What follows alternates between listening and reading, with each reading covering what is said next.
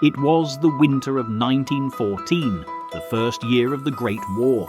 The trenches stretched across Europe, cold, muddy, and filled with fear. On the borderlines of Germany and Britain, snow and frost covered the battlefield.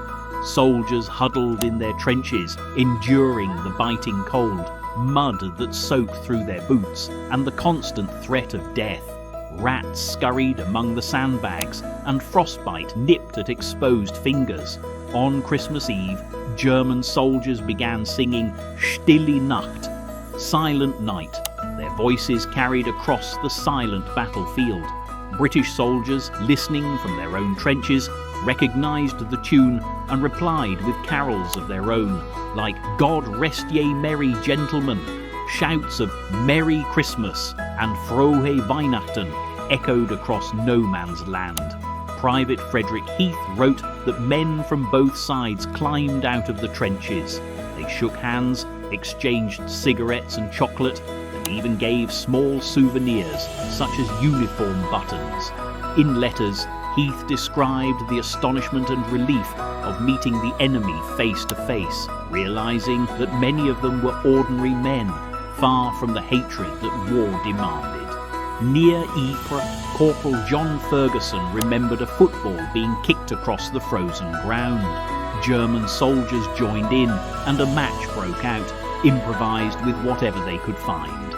By the end, the Germans had beaten the British 3-2. Soldiers wrote about the laughter and cheers, noting how unusual it felt to play a game with someone they had spent months trying to kill.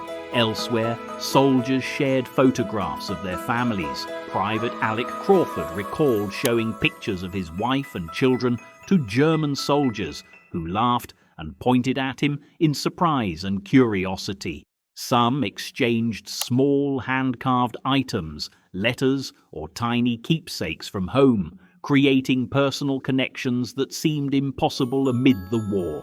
In certain areas, Germans placed small Christmas trees in their trenches, decorated with candles and tiny ornaments. British soldiers added their own candles and trinkets, illuminating portions of the battlefield for a brief time.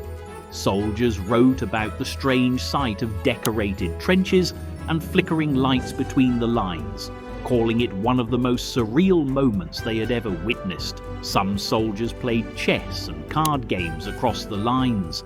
Private Henry Williamson described sitting in the mud playing cards with a German soldier. Neither fired a shot.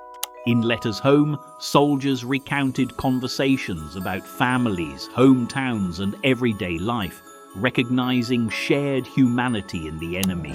The truce also allowed soldiers to address the dead. Captain Robert Miles wrote that British and German men worked together to collect bodies that had lain between the lines for weeks.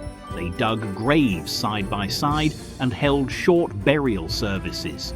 Private letters described the solemnity of these moments, where former enemies collaborated in quiet respect for lives lost. When the truce ended, everyone returned to their trenches. Private Frederick Heath wrote, "When we climbed back into the trenches, the war was still there, but I kept thinking of the Germans I had shaken hands with. I carried the memory of that day with me for the rest of the war." Private Alec Crawford remembered showing his wife's photograph to a German soldier. "Even when the fighting returned, I could not forget their faces, the way they laughed, and the little kindnesses we shared."